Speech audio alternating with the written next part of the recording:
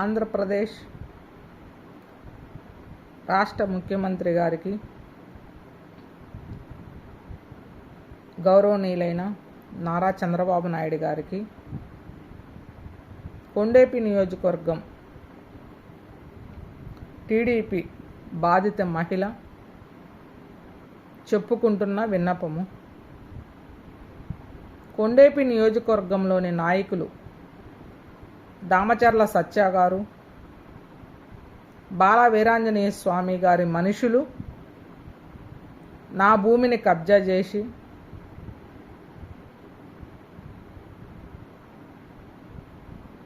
నన్ను నానా ఇబ్బందులకు గురి చేస్తూ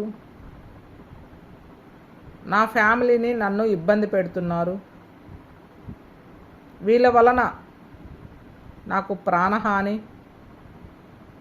ఉందని తెలియజేస్తూ మా యొక్క భూమిని